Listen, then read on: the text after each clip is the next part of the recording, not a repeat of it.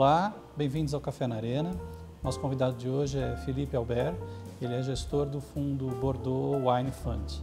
Vamos falar um pouquinho sobre o mercado de vinhos finos, um mercado que movimenta aí 4 bilhões de dólares por ano. Philippe, queria que você explicasse um pouquinho para quem pensa em investir em vinhos, né? Como é que se deve começar a fazer isso? Não é só comprar e guardar uma garrafa que vai ganhar dinheiro com isso, né? Como é que funciona esse mercado? É um mercado bastante específico e que requer um pouco de conhecimento, né? Não basta um vinho ser bom para ele ser necessariamente um ativo que você possa investir com segurança, né? Então existem alguns critérios que você tem que ter para selecionar esses vinhos, porque você precisa ter uma certa liquidez no mercado, você precisa que ele seja um vinho longevo, que seja tradicional e que tenha já uma estrutura própria para você ter certeza que você vai guardar ele e daqui a alguns anos ele reter o seu valor, né? Você tem uma valorização natural desse ativo, né?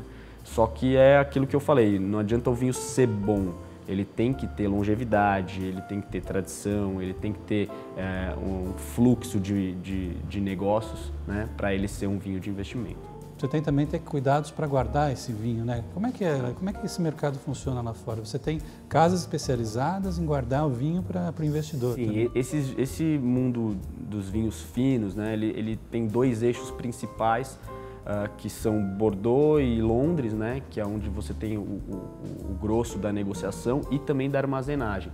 São armazéns antigos, tradicionais, que tem todo um controle de temperatura, de umidade, de segurança, porque são vinhos caros, né? É quase como se fosse um cofre mesmo, né?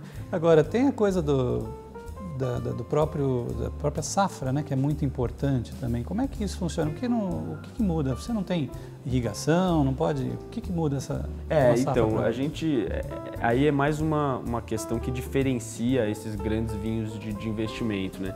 Porque além essas denominações de origem mais tradicionais, principalmente na França e na Itália, você tem não só os limites territoriais, mas você também tem o limite de intervenção humana que você pode fazer na vinícola. Então depende muito do clima naquela safra, naquele ano, né? Então você pode ter de um ano para o outro uma variação enorme de qualidade do vinho. Por exemplo, em 2000 foi uma grande safra em Bordeaux, os vinhos são talvez os mais requisitados para investimento, e 2001 já não foi tão boa e já são vinhos que não são muito vistos como investimento, né? Como é que está a safra desse ano? Vai ser boa? Não choveu? Exatamente, a gente veio de duas safras muito boas, depois a gente teve 2011, 2012 que foram safras medianas, e 2013, infelizmente, uma safra muito ruim, né? Principalmente para a região de Bordeaux e da Borgonha, que são as regiões principais da França, porque a gente teve uma primavera muito fria, né? Onde as vinhas não cresceram, não floresceram da maneira adequada, e depois você teve um verão um pouco úmido demais, né? E quando na verdade você precisa de uma primavera quente, uma primavera úmida e um verão bem quente e seco, né? Extremos, né? Então as condições foram totalmente contrárias. Então a safra de 2013 não vai ser uma safra que a gente investiria, por exemplo, porque provavelmente serão vinhos que não vão durar muito tempo, que vão ser de qualidade inferior. Como é que funciona esse mercado de fundos de vinho? Aqui no Brasil só tem vocês por enquanto, até na América Latina, né? Sim. Como é que funciona esse mercado? Lá fora é mais comum, tem mais carteiras desse tipo? A pessoa que investe, ela pode tirar o vinho depois, se ela quiser? Como é que funciona? Esse mercado é um mercado bastante restrito, né? A gente tem poucos fundos de vinho registrados mesmo e regulados no mundo, né? São cerca de 15, 16 fundos desse tipo. Existem outros que ficam fora do sistema financeiro de regulação, mas que também não são aconselháveis, né? São mais como se fossem clubes. E a maioria dos fundos foram criados alguns anos atrás com a tendência de alta dos preços para se aproveitar desse mercado e não necessariamente para reter o vinho e oferecer o vinho para os clientes, né? Os investidores. Os aplicam são só de Borgonha, de Bordeaux, ou tem também de outras regiões? Por que o fundo de vocês é só Bordeaux, né? Por que esse cuidado? A gente escolheu né, investir apenas em Bordeaux. Outros fundos, eles investem em vinhos de outras regiões, mas que não chega a ser uma parcela relevante, tá? Normalmente um fundo padrão tem aí 90%, 95% em Bordeaux mesmo. No nosso caso, a gente escolheu investir em Bordeaux porque é um mercado muito mais estruturado, onde você tem muito mais liquidez, né? Você tem um mercado secundário ativo.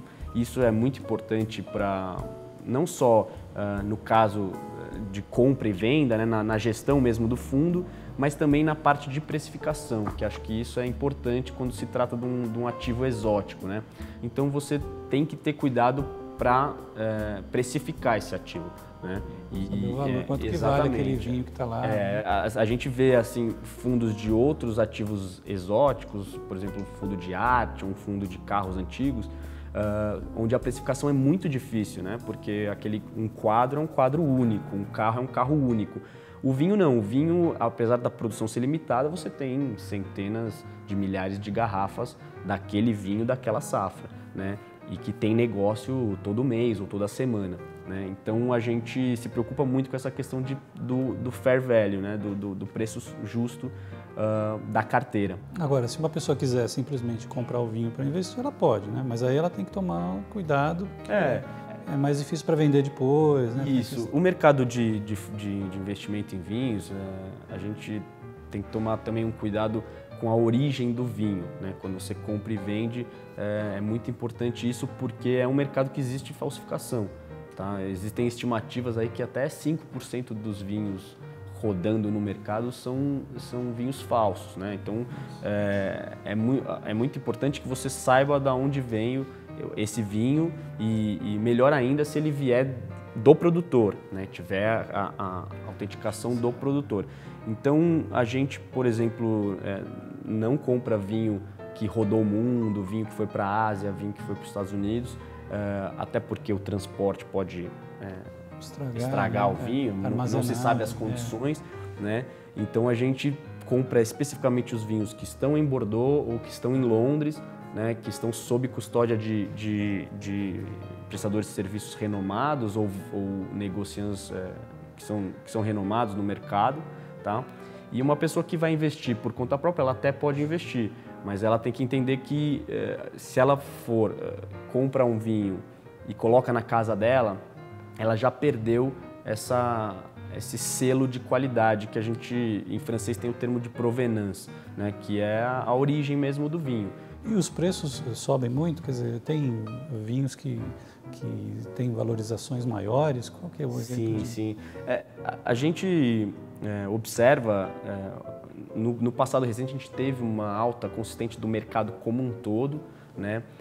Na margem, até com a crise mundial ali de 2008, a gente teve o mercado deu uma acalmada. Foi meio uma bolhazinha. Foi meio uma bolhazinha, principalmente localizada nos vinhos mais da moda, digamos assim, que no caso específico foi o Chateau Lafite, que foi muito falado, ganhou renome na China, então o mercado chinês deu uma distorcida nisso.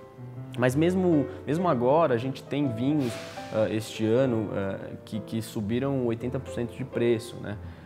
E isso porque são vinícolas que já têm alguma tradição, mas que recentemente mudaram o tipo de produção, investiram em tecnologia, contrataram algum enólogo renomado e que por duas ou três safras seguidas conseguiram mostrar o serviço. Então, de repente era um vinho que custava 50 euros a garrafa e hoje está custando 100 e continua subindo. Muito bem, Felipe. Muito obrigado pela presença.